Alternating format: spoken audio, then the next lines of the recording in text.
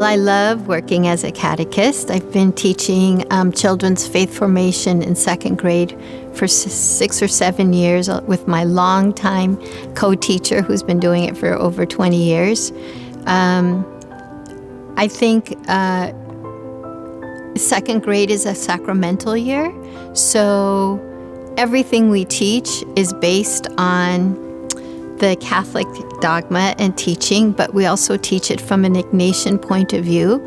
And central to that is that God is in all things, and children already kind of know that intuitively. This last year, we taught virtually. So we met with the children wherever they were. You know, Father Greg likes to say, you get met wherever you are.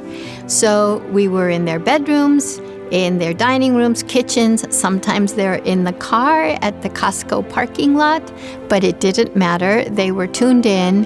When we were first introducing ourselves, you'd be put in breakout rooms of 2, and you would just talk with the other person, see do you have any similarities, and then eventually we started doing things in reflections where we would go into groups of 3 or 4, and we would say, how does this impact me? How does this apply to my life?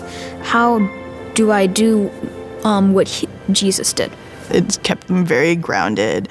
They know that no matter what, they do have the St. Ignatius Parish support in both a physical sense and also, of course now in a virtual sense. It's been great to take it at St. Ignatius. One thing they do well is they give you a little book, and then you read from this book. Now, they don't just give you a copy of the Bible and say flip to this sort of chapter. It's more meant to have it for you to understand. You're less just trying to teach the story and try and teach it to the audience that you're with.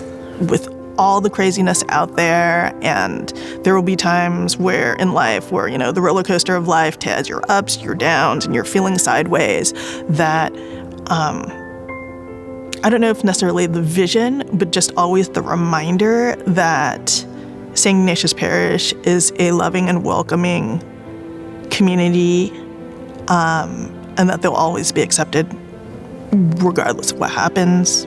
I know, I feel hopeful. It's a complete sense of hope that, we're bringing into the next generation young people and children who understand that it's their obligation to do good in the world, to be of service to others, that it's not really a choice, but it's really a mandate.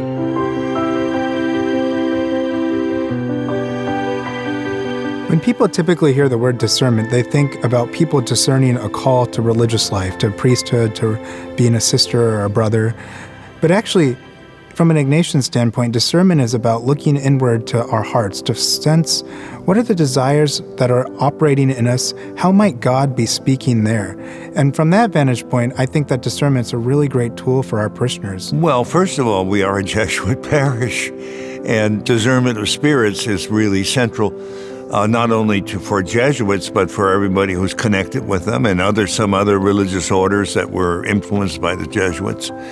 So it's pretty central to, and in fact, Ignatius said, and this is interesting, that you could sometimes, because you're sick or you're busy or whatever, you could give up other kinds of prayer, but never the examination of conscience.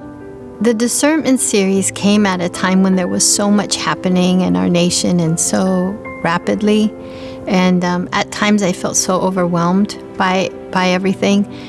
It really provided a space for me to set aside 15 minutes twice a week and to just kind of understand what was happening through the lens of my faith. It's part of the Ignatian exercises, and so whether people are aware of discernment as being a pivotal point of the Ignatian spirituality, there's something about it that is appealing to people. The parish was ready for a discernment series like this, in my opinion, because it's a parish really committed to engaging the world.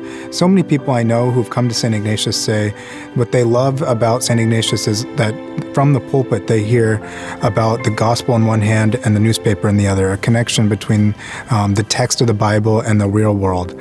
you have to reflect, because sometimes it's not so obvious at first where it's coming from.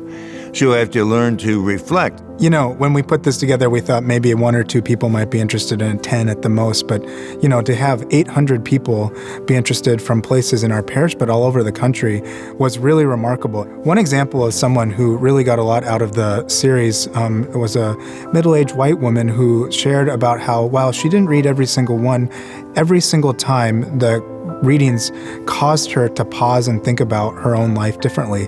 But what she said was more important than that was the response of her children, who don't often go to church anymore. They're in their 20s and 30s.